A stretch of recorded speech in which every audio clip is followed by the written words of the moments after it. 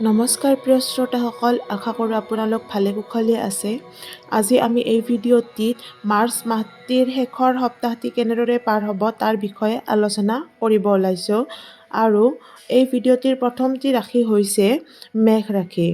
মেষ ৰাশিৰ জাতক জাতিকাসকলৰ এই সপ্তাহটিৰ সময়খিনি অলপ উখল মাখল পৰিৱেশৰ সৃষ্টি হৈ থাকিব।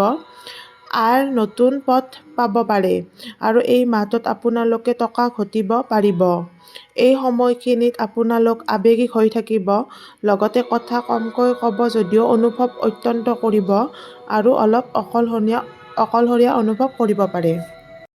দ্বিতীয় ৰাশিটো হৈছে বৃষ ৰাশিৰ। বৃষ ৰাশিৰ জাতক জাতিকাসকলৰ এই মাহটো সম্পৰ্কত থাকিও অলপ অকলশৰীয়া অনুভৱ কৰিব। এই সপ্তাহত আপোনালোকে চাকৰি পাব পাৰে, লগতে ব্যৱসায়ত উন্নতিৰ যোগ দেখিবলৈ পোৱা গৈছে। আমাৰ তৃতীয় ৰাশিটো হৈছে মিথুন ৰাশি। মিথুন ৰাশিৰ জাতক জাতিকাসকলে এই সপ্তাহটোত অত্যন্ত উন্নত হ'ব। এই সপ্তাহত আপোনালোকৰ ভ্ৰমণ হৈ থাকিব, নতুন কৰ্মৰ যোগো দেখিবলৈ পোৱা গৈছে, নিৰ্ণয় লোৱাৰ ক্ষমতা বাঢ়িব। চাকৰিৰ ক্ষেত্ৰত অলপ কষ্ট কৰিবলগীয়া হ'ব পাৰে। চতুৰ্থ ৰাশিটো হৈছে কৰ্কট ৰাশি। কৰ্কট ৰাশিৰ জাতক জাতিকাসকলে এই সপ্তাহটোত অলপ সতৰ্ক হৈ থাকিব লাগিব। এই সপ্তাহত আপোনালোকে মানসিক আৰু শাৰীৰিক সমস্যাই দেখা দিব পাৰে। আপোনালোকে যিমান পাৰে এই সপ্তাহত বাহিৰত আহাৰ গ্ৰহণ নকৰিবলৈ চেষ্টা কৰিব। শিক্ষাৰ ক্ষেত্ৰত অত্যাধিক গুৰুত্ব দিব লাগিব।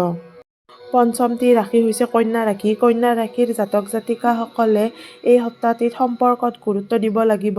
নিজৰ দোষ গুণসমূহ ঠিক কৰিবলৈ চেষ্টা কৰিব লাগিব। নতুন জীৱন সংগী বিচাৰি পাব পাৰে। ভৱিষ্যতলৈ আপোনালোকৰ অলপ চিন্তিত হ'ব পাৰে। যদিহে ভিডিঅ'টি চাই ভাল পাইছে তেতিয়াহ'লে আমাৰ চেনেলটো লাইক, শ্বেয়াৰ আৰু ছাবস্ক্ৰাইব কৰিবলৈ নাপাহৰিব। ধন্যবাদ।